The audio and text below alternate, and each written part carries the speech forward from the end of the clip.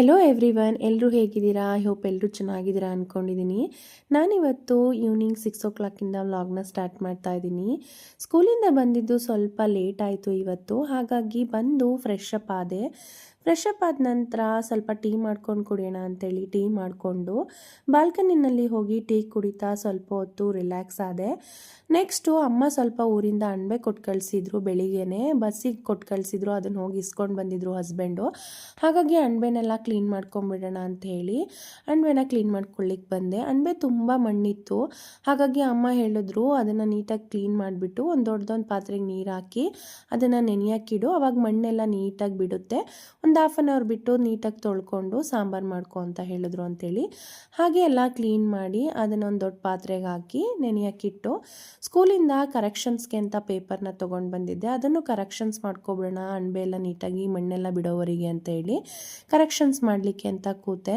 ಒಂದು 1/2 hour ಅಷ್ಟು correction ಮಾಡಿ ನಂತರ 7:30 ಆಯ್ತಲ್ಲ, ಅಡುಗೆ ಮಾಡಿದ್ರಾಯ್ತು ಅಂತೇಳಿ ಅಡುಗೆ ಮಾಡಲಿಕ್ಕೆ ಅಂತ ಹೋದೆ.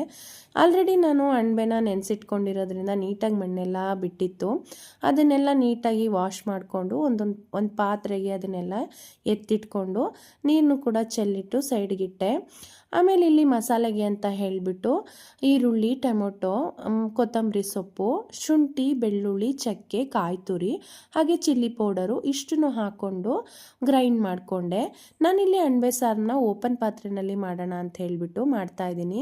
ಯಾಕಂದರೆ ಅಣಬೆನೂ ಕೂಡ ಮೆತ್ತಗಿದೆ ಮತ್ತು ನಾನಿಲ್ಲಿ ಬೀನ್ಸ್ ಕಾಳು ತೊಗೊಂಡಿದ್ದೀನಿ. ಅದು ಕೂಡ ಹಸಿ ಕಾಳಾಗಿರೋದ್ರಿಂದ ನೀಟಾಗಿ ಹಾಗೆಯೇ ಓಪನ್ ಪಾತ್ರೆಯಲ್ಲೇ ಬೇಯ್ಕೊಳ್ಳುತ್ತೆ ಅಂತ ಹೇಳಿಬಿಟ್ಟು ನಾನಿಲ್ಲಿ ಓಪನ್ ಪಾತ್ರೆನ ಇಡ್ತಾಯಿದ್ದೀನಿ. ನಾನಿಲ್ಲಿ ಫಸ್ಟು ಒಂದು ಪಾತ್ರೆ ಇಟ್ಕೊಂಡು ಅದಕ್ಕೆ ಎಣ್ಣೆ, ಸಾಸಿವೆ, ಈರುಳ್ಳಿನ ಒಗ್ಗರಣೆ ಕೊಟ್ಟು ಅದಕ್ಕೆ ಹಸಿ ಕಾಳು ಹಾಗೆ ಅಣಬೆನ ಹಾಕಿ ಒಂದು 5 minutes ಮಿಕ್ಸ್ ಮಾಡಿಕೊಂಡೆ. ಆಮೇಲೆ ಅದಕ್ಕೆ ರುಬ್ಕೊಂಡಿರುವಂಥ ಮಸಾಲೆ ಎಷ್ಟು ನೀರು ಬೇಕೋ ಅಷ್ಟನ್ನು ಹಾಕ್ಕೊಂಡು ಒಂದು 1/2 hour ಕುದಿಸ್ಕೊಂಡ್ರೆ ಅಣಬೆ ಸಾರು ರೆಡಿ ಆಗುತ್ತೆ. ಹಾಗೆ ಪಕ್ಕದಲ್ಲೇ ರೈಸ್ ಕೂಡ ಇಟ್ಕೊಂಡು ರೈಸ್ ಕೂಡ ಆಯಿತು. ಊಟ ಮಾಡಿ ಅಂತ ಹೇಳಿದ್ದಕ್ಕೆ ಇವಾಗಲೇ ಬೇಡ ಊಟ ಅಂತ ಹೇಳಿದ್ರು ಅಂದ್ಬಿಟ್ಟು ಸ್ವಲ್ಪ ಬಟ್ಟೆ ಇತ್ತು ಅಂತ ಮಡಿಸಿಡೋಕ್ಕೆ ಅಂತ ಬಂದೆ. ಇದಾಗಿತ್ತು ನನ್ನ evening 6 to 8:30 vlog. Thank you for watching. Bye.